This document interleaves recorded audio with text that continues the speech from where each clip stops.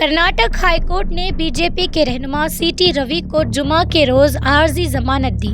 انہیں بیلگاوی پولیس نے کانگریس کی وزیر لکشمی ہیباڑکر کے خلاف بے ادب زبان استعمال کرنے کے الزام میں گرفتار کیا گیا تھا۔ وزیر ہیباڑکر کی شکایت پر سی ٹی روی کے خلاف ایف آئی آر درج کی گئی تھی اور انہیں بھارتیہ نیایا سنہتا بی این ایس کی دفعہ 75 جنسی ہراسانی اور 79 عورت کی عصمت کو نقصان پہنچانے کے الفاظ یا عمل کے تحت مقدمہ درج کیا گیا تھا۔ رہائی کے بعد سی ٹی روی نے اپنی گرفتاری کے حوالے سے تنقید کی۔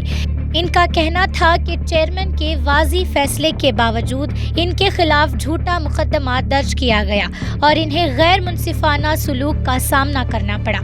انہوں نے یہ بھی دعویٰ کیا کہ انہیں خانہ پورہ پولیس اسٹیشن لے جایا گیا بغیر گرفتاری کی وجہ بتائے اور نہ ہی ان کی شکایت یا بنیادی ایف آئی آر درج کرنے دی گئی۔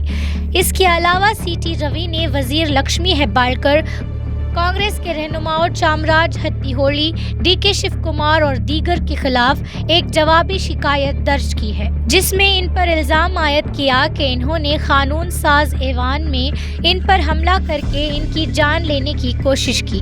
ہائی کورٹ نے سی ٹی روی کو حکم دیا کہ وہ جاری تحقیقات میں مکمل تعاون کریں، تمام ضروری قانونی کارروائیوں میں شرکت کریں اور ضمانت کی شرائط پر عمل کریں۔